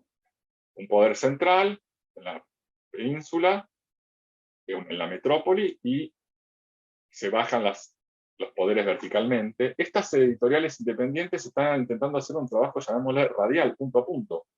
No toma ya a España como centro, o que también están en España, pero intenta mantener una relación de Buenos Aires a Colombia, a Bogotá, de Santiago de Chile al DF, de Montevideo a Lima. De periférica en España, por mencionar cualquier cantidad de editoriales, elegí una de cada país para no hacer la lista, y supongo que en algún momento habrá una conversación sobre las editoriales independientes. De periférica en España, a Tumbona en México, de Alquimia en Chile, a Godot en Argentina, y muchas en cada país. Las pequeñas editoriales, estas que también se las llama independiente, apuestan a otro tipo de circulación y de pensamiento sobre la lengua. No siempre. Hay catálogos de editoriales independientes que no me gustan. Hay zonas de las editoriales grandes que sí me interesan a veces, de las multinacionales, pero como línea general intentan apostar a otro tipo de circulación radial y no vertical. Y por lo tanto incluye otro tipo de pensamiento sobre la lengua, del orden de la digresión, es decir, de lo antijerárquico. Ya no es el centro que legitima la periferia, el autor latinoamericano que tiene que ser publicado en España para luego ser traducido a inglés, a Estados Unidos, sino que buscan un sistema radial donde ya no hay centro. Todos son puntos equivalentes. Hace un momento dije que lo que vale la pena discutir entonces es eso, sobre las políticas de la traducción, cuando hablábamos de la traducción, y no tanto si una traducción es buena o mala, que también lo es, y además es un tema interesante, obviamente. Y todos, bueno, yo también soy traductor, todos los traductores o los editores tenemos nuestra malicia y criticamos la traducción de que era la bestia, el error, nos encanta encontrarnos, ¿no? Los errores, las fallas. Pero es menos interesante, en mi opinión, en este marco de lo que quiero charlar hoy, que discutir las políticas de la traducción. Veamos el caso, por ejemplo, de Argentina o de México, que son mercados con gran tradición traductora. Como también lo son en menor medida Chile o Colombia, menos, pero México y Argentina son inmensos mercados. De hecho, en Argentina siempre hay se toma como un chiste una frase de Karl Kraus, del escritor vienés, sobre el Imperio Austrohúngaro, que decía algo así como, ¿cómo era el Imperio Austrohúngaro? Es algo así como, Viena baila, Budapest trabaja y Praga conspira. Y entonces está siempre esa idea del triángulo entre Argentina, México y España en relación a los grandes mercados de traducción, y en Argentina uno puede decir, bueno, mientras duró el franquismo, hasta entre la década del 30 y hasta mediados de los 70, Argentina fue el gran mercado, la capital mundial de las traducciones y de la industria editorial en general. Cuando cae Franco, muere Franco en mediados de los 70, que es concomitante con la dictadura argentina de 1976 y con la llegada de lo neoliberal y de la crisis económica argentina, Argentina se desploma como mercado editorial y como capital de la lengua, y pasa a ser Barcelona y España. Mientras tanto, México siempre está a punto de explotar y nunca llega. Pero México y Argentina son dos grandes mercados de traductores, también como lo son en menor medida hoy Chile y Colombia, que vienen creciendo. El número de ICBN de Colombia, de la industria editorial colombiana, crece año a año. Veamos un poco entonces en detalle las políticas de la traducción. Como decía antes, las grandes corporaciones multinacionales, Penguin Random House, Planeta, que es menos multinacional porque es más bien española, pero bueno, tiene una perspectiva multinacional, o Anagrama, que ahora pertenece al grupo Fertinelli de Italia, realizan las traducciones en sus casas matrices en España, y luego esos libros llegan a América Latina, ya sea enviando por mail el PDF para que el libro sea impreso en cada país, o enviando el ejemplar impreso desde España. Y en España también se contratan los derechos, se decide para toda la lengua el criterio sobre qué autor se traduce y cuáles no, se imponen acuerdos económicos, contractuales y decisiones estéticas. Ante esa situación, en América Latina, solo traducen las pequeñas editoriales locales. Ya que en lo que hace a la traducción, en ese punto, en respectivo a la traducción, las sedes locales de Planeta, la sede de Planeta en Buenos Aires, en México, o de Penguin, no son más que distribuidoras locales de decisiones que se toman en España. Con alguna excepción, hay algún libro de vez en cuando que se traduce, que Penguin traduce solo en Argentina o en México, pero globalmente es eso. En ese contexto, en América Latina, solo traducen en América Latina las pequeñas editoriales locales. Penguin de Argentina, salvo alguna excepción, no traduce. Penguin de México tampoco. Penguin de Chile, menos aún. En Argentina, Chile o México, solo traducen las pequeñas editoriales independientes, que por supuesto traducen menos. Sacan 10 libros por año, una traduce 3, otra tiene 4 traducciones, otras 2, otras 5. Y que obviamente tienen una debilidad económica estructural en países, en especial como Argentina, que viven en crisis económica y social permanente. La crisis económica es nuestro pasatiempo favorito, y pone a las editoriales pequeñas e independientes siempre en una situación de crisis. Dicho de otro modo, aunque suene un poco dramático, es lo que es. Si no existieran las editoriales independientes, no existiría más en Argentina la traducción al castellano con inflexión rioplatense. Desaparecería la inmensa tradición mexicana de traducción. Justo esta semana leí El regreso del hijo pródigo de Andrés Gide, una excelente traducción increíble de Xavier Villarrutia. Si no existieran las editoriales independientes mexicanas, no habría traducción hecha en México. Si no existieran las editoriales independientes argentinas, en Buenos Aires, no habría traducción al español de inflexión rioplatense, que es el que se habla en el Río de la Plata.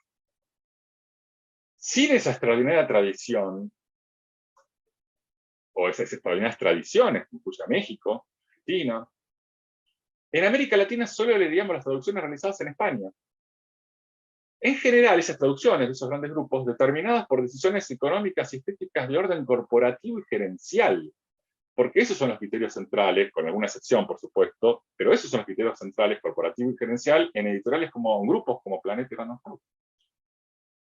Por lo tanto, las traducciones que realiza, por citar otra vez algunos nombres, Taller Editoria en México, o Adrián Hidalgo en Argentina, o Libros de Laurel en Colombia, o Weathers de Chile, y muchas otras en toda América Latina, esas traducciones cumplen una función política, además de estética, política en el sentido de lo que venía diciendo, de una política de la lengua. Porque, y este es otro tema para discutir, otra digresión y otra invitación a la discusión, porque una traducción, además y sobre todo, lo que hace, no solamente vertir de un idioma al otro, y conocer un autor que quizás no conocemos, y acceder a algo nuevo, algo que vino de afuera, por supuesto que sí, pero sobre todo lo que hace una traducción, es actualizar el estado de la lengua, actualizar el estado de la lengua de llegada. Por eso también es tan extraordinario las retraducciones, las nuevas traducciones de los clásicos. Uno puede ver la evolución, los cambios en el español, leyendo las traducciones de Shakespeare al castellano. Cada traducción marca como un deíctico, como se dice en lingüística, un aquí y ahora, señala, un aquí y ahora geográfico y espacial y temporal. Es decir, tal traducción de Shakespeare hecha en tal lugar, en América Latina o en España, en tal época. Esta nueva traducción de Hamlet, hecha 50 años después en Argentina o en México, ahora. Y cada nueva traducción lo que va haciendo es actualizando el estado de la lengua. La perspectiva de las editoriales independientes va en esa dirección. No tengo tiempo para desarrollar, ya voy terminando porque se va a abrir a las preguntas de nuestra audiencia. Pero si tuviera más tiempo, mencionaría también a las editoriales independientes españolas surgidas en los últimos 15 años. No solamente las de América Latina, que trabajan con una dinámica muy diferente a las antiguas editoriales independientes españolas, como Anagrama o Tusquets, que hoy en realidad ya pertenecen a grandes grupos. Muchas de estas editoriales españolas nuevas, por dar un solo ejemplo, una sola línea de investigación, muchas, no todas, pero muchas, están ubicadas en Madrid y no en Barcelona. Ese solo dato ya implica cambios en el ecosistema editorial español, ya implica cambios en la forma en que la edición española se piensa a sí misma. Eso, entre muchas otras cosas, todas muy interesantes, que están ocurriendo en la edición independiente española en los últimos 15 años. Insisto, no tengo tiempo de entrar en este tema, y además no creo, honestamente, ser yo la persona que esté en condiciones de hablar con pertinencia del caso español. En todo caso, me encantaría, y lo digo también en serio, leer o escuchar alguna charla sobre este asunto. Ojalá este tema aparezca en alguna de las conferencias de este año que yo pienso escribir. Bueno, espero que sepan disculparme todo lo que vengo diciendo hasta acá. La digresión es un poco mi destino y saltar de un tema al otro es mi pasatiempo favorito. Esto quiso ser un mapa de las idas y vueltas del castellano, de los conflictos y puntos de encuentro que hoy nos atraviesan. Para ir terminando, quisiera terminar citando un texto de vanguardia, escrito hace muy poco, Don Quijote. Como ustedes saben, Don Quijote era el libro favorito de Flaubert, y Flaubert era el escritor favorito de Kafka. Bouvard y Pécuchet es el más cervantino de los libros de Flaubert. Recordemos todos la historia, ¿no? Se encuentran en un parque, la novela comienza con se encuentran en un parque dos señores, Bouvard y Pécuchet, rápidamente ven muchas cosas en común, como que tienen un cinturón cada uno con sus iniciales grabadas, se ponen a hablar. Un amigo me dijo que es la primera novela de seducción gay, tal vez de la literatura francesa, y no quizás sea cierto. Se ponen a hablar y uno le dice al otro: si yo tuviera dinero o lo que quisieras, retirarme a vivir en una chacra en el campo. Y el otro dice: yo acabo de cobrar una herencia y me estaba por ir a vivir al campo, y se van a vivir juntos al campo, y ahí deciden aplicar una serie de saberes a los que acceden a través de los libros. Entonces van a mejorar los rendimientos del campo haciéndose agrimensores, leen libros de agrimensura, les sale todo mal, y nunca dudan de ese sistema. Entonces ahora se quieren dedicar a la astronomía, leen libros de astronomía y les sale todo mal. Entonces ahí aparecen todos los temas de Don Quijote, ¿no? La figura del dúo cómico, el contrapunto entre un idiota y uno aún más idiota, teniendo en cuenta que la estupidez, la bêtise, es el gran tema de Flaubert. Entonces el humor se da porque no es que uno es inteligente y otro tonto, sino que uno es tonto y otro retonto, para decirlo como en la película. Bouvard y Pécuchet queda inconcluso, no termina Flaubert la novela porque muere Flaubert. Ahora, ¿cómo podría haber terminado? ¿Cómo podría haber sido una novela no inconclusa? ¿Podrían haber aprendido algo? ¿Podrían haber tenido éxito? ¿Qué clase de final sería eso? Es imposible. Bouvard y Pécuchet está inconclusa es porque es una novela que no podría concluir nunca. Es lo inconcluso mismo. El Castillo es la más flaubertiana y por lo tanto la más cervantiana de las novelas de Kafka. Todos también conocemos de qué se trata el Castillo, sobre todo su peripecia. Alguien que le pregunta a una serie de personas, por supuesto aparecen múltiples temas internos, la relación con la ley, con la burocracia, la despersonalización, etc. Pero sobre todo es alguien que va preguntando: ¿dónde está el castillo? Un poco más lejos, un poquito más allá.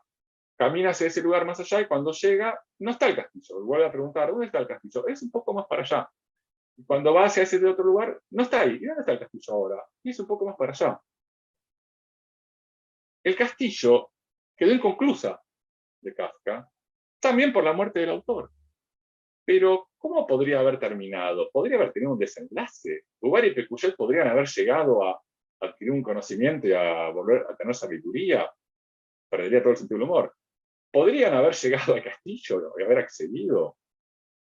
El Castillo es una novela que no podría concluir nunca más allá de la muerte del autor. Es también lo inconcluso mismo.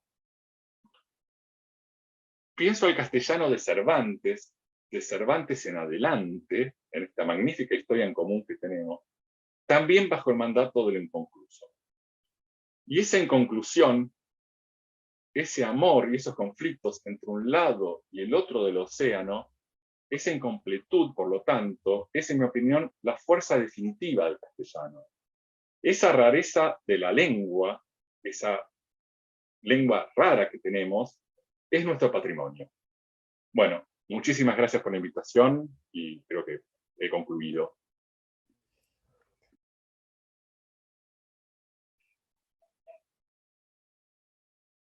Brenda, ¿estás Perdón, sí, perdón. Muchas gracias, Damián. Me ha gustado mucho este final porque nos dejas inconclusos para seguir abriendo muchos más cuestionamientos que seguramente quedarán inconclusos y probablemente llegaremos a ese castillo en algún momento, quizá ya así nosotros corporalmente. Muchas gracias. Tengo algunas preguntillas. Espero que no todas parezcan salidas de contexto, pero todas tienen que ver con lo que has hablado. Así que empiezo con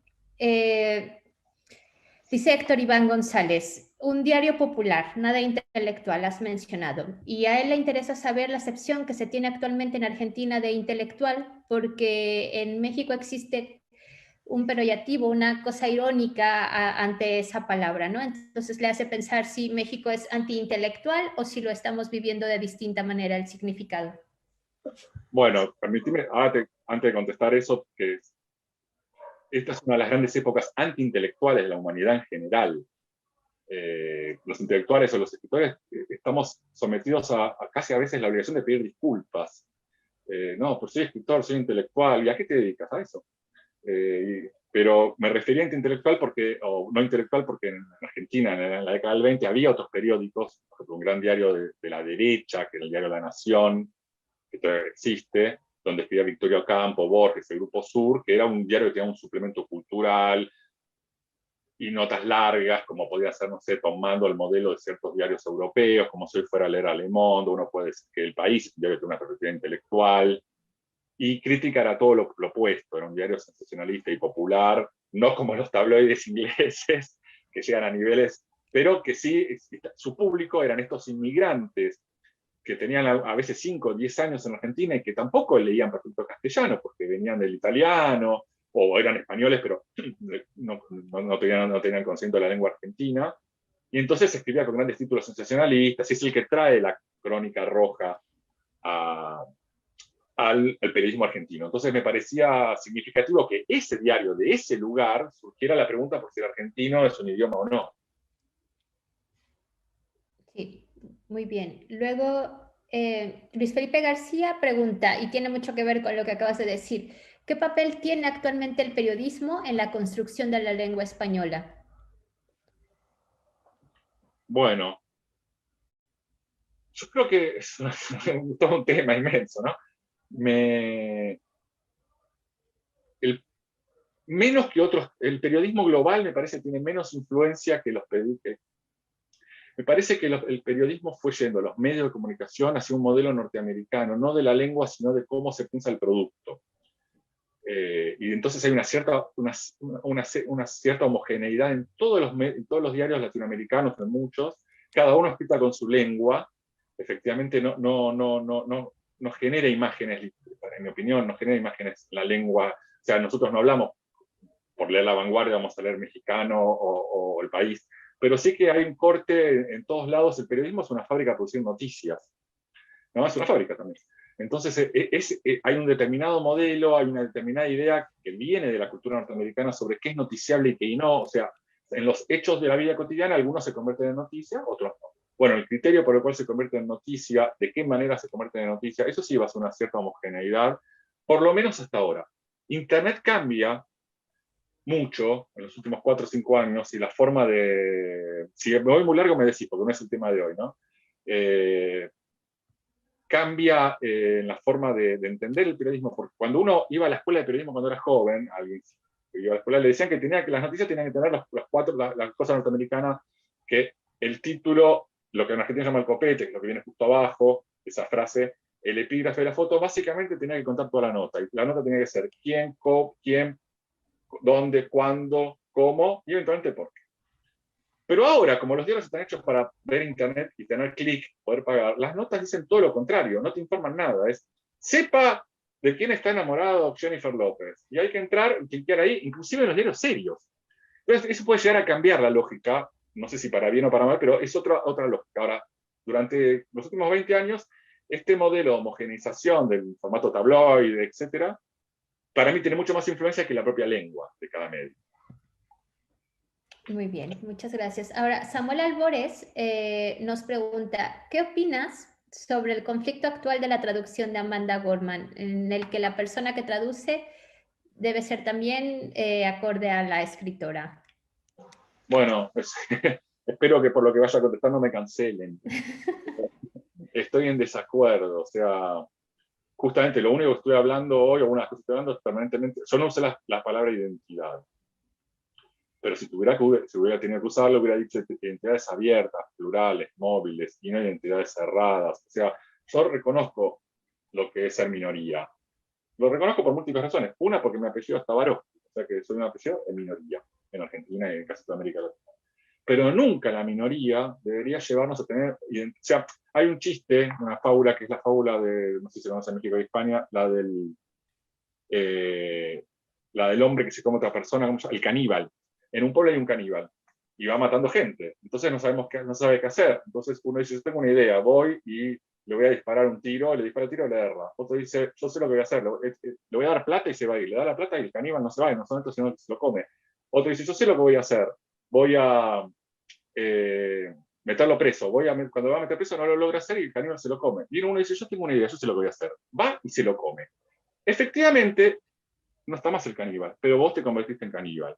Entonces, ojo con estas identidades, minorías, a las que yo me siento afín, pertenezco, culturalmente soy eso, que no nos convirtamos en caníbales. Es decir, que no tomemos lo peor de esas identidades mayoritarias, heteronormativas, y etcétera, etcétera, etcétera. Entonces, lo que está pasando ahí con esta traducción, que tampoco seguí mucho el tema a fondo, pero hay otros ejemplos iguales en todos lados, me preocupa, claro que sí. Muy bien, muchas gracias. Luego, María Antonieta Mendívil nos dice, dentro de este cosmopolitismo que tú propones, hablas de disidencia, excentricidad y de la no estandarización del lenguaje. ¿Qué opinas de las lenguas locales o lenguas originarias? ¿Qué pasa con estas lenguas y los nacionalismos? Bueno, es una excelente pregunta. Uno puede hacerlo como en círculos concéntricos. Si desde Buenos Aires yo estoy discutiendo con Madrid, perfectamente desde el norte de Argentina tienen que discutir con Buenos Aires, porque hacia adentro de cada territorio, de cada nación, se fue generando eso desde ya. No nos olvidemos el caso de Bolivia. Bolivia, en mi opinión, y para mí es así, sufrió un golpe de Estado hace un año. Y lo primero, y es el país que se llamaba Estado Plurinacional de Bolivia. Lo primero que hizo la dictadora Yanis Áñez es cambiar el nombre, dejó de ser plurinacional. Entonces, ahora se vuelve a ser un Estado plurinacional. Y nacionalidad son las diferentes lenguas, ¿no? De los pueblos originarios. Me parece un gran tema y sin duda creo que a veces, y muchas veces, el poder, esas mismas discusiones de poder que yo estuve dando entre centro y periferia acá, periferia en América Latina y España, se dan entre los centros de los propios países y las periferias de los diferentes pueblos. Muy bien, muchas gracias. Hacer como el comentario que además en el diplomado estaremos hablando de ello con dos intelectuales mexicanas. Así que bienvenida a la pregunta. Después nos dice Carmen Silva Félix, me gustaría comentar sobre la cuestión de la enseñanza de la lengua española con relación al dominio también de manuales, libros, materiales didácticos que dominan, en su caso, a Brasil. Es profesora de español y le gusta este concepto que presentas. Si tienes algún comentario al respecto. Lo dejé fuera para no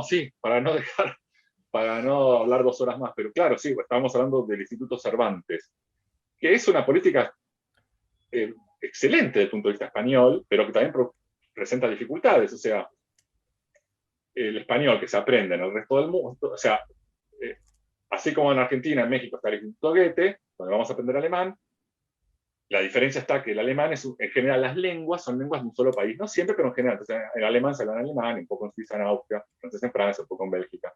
El español se habla en dos o tres continentes. Entonces, el español que se aprende cuando uno es extranjero y vive en Alemania y quiere aprender español, es el que se enseña correctamente, es lógico, en el Instituto Cervantes, porque además pertenece a la Comunidad Económica Europea, y también España tiene fuerza económica para tener Institutos Cervantes en Brasil, como mencionaba recién, o en otros lugares, y se aprende ese español, es algo comprensible. También España tiene una política a veces hasta de invitar. Yo he sido invitado más de una vez, por supongo vos también, Brenda, por el Instituto Cervantes de diferentes lugares, en Frankfurt, en Porto Alegre, en Brasil. ¿Por qué? Porque ahí está tomando ese rol dominante. Sabe que existen los escritores periféricos, las lenguas, los otros castellanos, pero ellos son los que son como los grandes anfitriones. Argentina tuvo un proyecto, fracasó, obviamente, de hacer una especie de, creo que se iba a llamar Instituto Borges, algo así como, bueno, pero no tiene el dinero ni la capacidad de poner el Instituto Borges en Japón.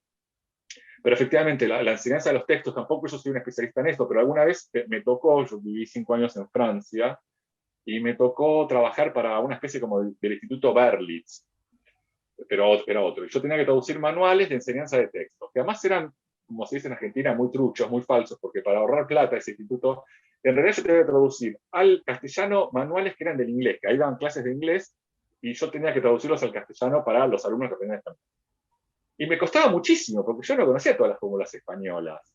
Y creo que en alguno quedó mal. Yo siempre me quedó la idea que alguien en ese instituto está aprendiendo un castellano extraño, pero me costaba muchísimo, realmente muchísimo. Pero sí, es un gran tema. Muy bien, muchas gracias. Luego, 3 preguntas más y te dejamos descansar.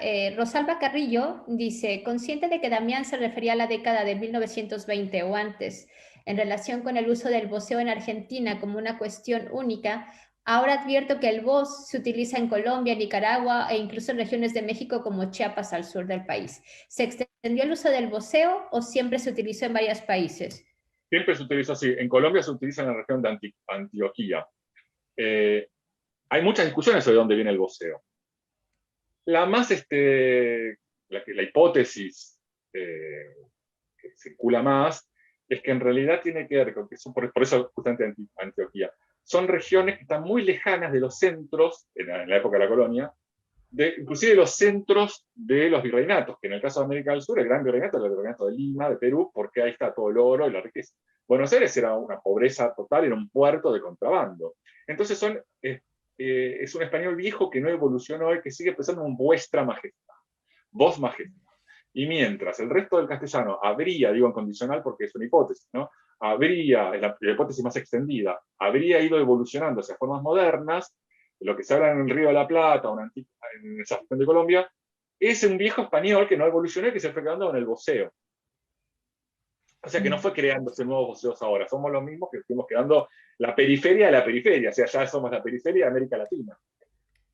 Muy bien. Luego, Anelé Sánchez nos dice, ¿qué opinas de que en México, por ejemplo, muchas de las licenciaturas sean de literatura hispanoamericana? ¿Colonialismo o qué será, dice ella? No, a mí me parece que está bien darle una discusión. Yo no quisiera poner justamente un rótulo de colonialismo, no. Me parece que está bien que lo discutamos y que son. O sea, México tiene una tradición mucho más cercana a lo español de España que Argentina, por ejemplo. Inclusive políticamente, el exilio español fue notable en México y en Argentina hubo también, pero menos. No lo cuestionaría, no diría, pero sí me parece que hay que rediscutirlo desde ya que sí. Muy bien. Y la última pregunta, a Carmen le gustaría que comentaras un poco sobre cuál es tu visión de lo que estamos viviendo, si habrá cambio en las relaciones editoriales, más espacio para las editoriales independientes, o si esta crisis que estamos viviendo actualmente ampliará estos problemas. ¿Estamos hablando de la crisis de la pandemia? Sí, sí. Ya no sé. Mirá, te cuento una historia. En la editorial en la que yo trabajo, en la que soy editor en Mar Dulce, tiene una muy linda terraza, espero que cuando vengan a Argentina vengan. Y entonces todos los años en noviembre, que aquí ya es primavera cerca del verano, o sea que sabemos que va a hacer calor y que no va a llover, hacemos un ciclo de debates sobre un par de temas. Dos mesas redondas en general, gratis, la gente viene, y que es una idea que una editorial no solamente venda libros, sino participe de las discusiones. Una fue pensar el cosmopolitismo. La de 2020 iba a ser si las editoriales independientes estas, que ya tenemos 15, 20 años, uno puede pensar que ya está una generación que creció con nosotros, que se formó con nosotros, y nosotros con ellos. Hacer, como se diría en francés, faire le point, o sea, hacer un balance. ¿Hay ya un lector de editoriales independientes? ¿Hay un mercado de editoriales independientes? ¿Cuáles son? Bueno, todo eso se suspendió por la pandemia, no hubo esa mesa redonda. No lo sé, es un poco lo que yo te decía antes. Al mismo tiempo, son las más dinámicas, son también las más frágiles. A veces yo pienso en la edición como si las grandes multinacionales, en las que yo publiqué 4 libros también, con Constantino Bertolo como editor, así que tampoco quiero pensarme a mí mismo como una especie de oponente. Son como la armada Panzer alemana, y nosotros, las editoriales independientes de toda América Latina y España, como una guerra de guerrillas, que nos movemos rápido. Entonces podemos llegar más rápido, pero también somos más frágiles. La verdad es que no podría decirte que va a pasar con la pandemia nada bueno, es evidente. Sí te puedo decir, hay un ejemplo prepandémico que tiene que ver con España, ya vamos a cerrar, no sé cómo que fue la crisis del 2008 y 2009, que en América Latina y en particular en Argentina, no, como está Argentina está tan lejos de todo, no llegó tanto, y además Argentina está siempre en crisis, pero para España la crisis del 2008-2009 fue fuertísima para la industria editorial, además. Colecciones enteras que cerraron, editoriales que se vendieron, librerías, muchísimo. Y por otro lado, al mismo tiempo, a partir del 2010-2011, la aparición del ebook, que no explotó como se suponía que iba a explotar. La edición independiente española no fue tan afectada por ninguno de los dos fenómenos. Fueron mucho más las editoriales grandes, y la edición independiente española, donde está Sexto Piso, que es mexicana, pero también tiene pata en España, pero Alfa Decay, Periférica, Impedimenta, Rata Naturae, Nórdica, etc., no cayó sus niveles de venta, ni su presencia en librerías, lograron encontrar su nicho, y ni el ebook, ni la crisis del 2008-2009 las afectó tanto. Así que tal vez, yo no lo sé, pero como mirada optimista, digo, tal vez la edición independiente no sea tan afectada, ojalá. Muy bien, pues muchas gracias, Damián. Para nosotros ha sido un gran honor tenerte, ya te lo hemos dicho en repetidas ocasiones. Espero que la conferencia abra muchos cuestionamientos a quienes pertenecen al diplomado de manera oficial. Muchas gracias a quienes están siguiendo la transmisión. Y Damián, estás invitado a cualquiera de las ponencias, pláticas que desees. Eres totalmente bienvenido, y yo solamente cerraría con esta necesidad de dejar inconclusas las cosas. ¿Cómo hacer entonces? Lo dejo como pregunta si quieres contestar algo. ¿Nos volvemos todos guerrilleros dentro de la industria editorial o nos tenemos también que infiltrar en los espacios, digamos, de poder para mantener un equilibrio? ¿Qué hacemos ahí, Damián? ¿Tengo un minuto más? Sí. Porque las dos últimas preguntas son las cosas que no llegué a decir para no hablar tanto, pero acá la tengo escrita, pero igual me la sé de memoria. ¿Qué es esto? Mirá. Es esto. Este es uno de mis autores argentinos favoritos, que se llama Héctor Libertela, Nueva Escritura en América Latina. Estos son todos los libros que leí para preparar la conversación. Y es un libro del año 77, que yo todavía lo tomo muy valioso, que él en realidad está hablando, al terminar el boom, ya en el 77, defiende a esos nuevos autores de esa época, que ya no son García Márquez o Vargas Llosa, sino, por ejemplo, Reinaldo Arenas, Salvador Elizondo, Manuel Ruiz. Pero sobre todo lo que dice es otra cosa. A ver si encuentro la frase, y la leo para decirla mejor que acá.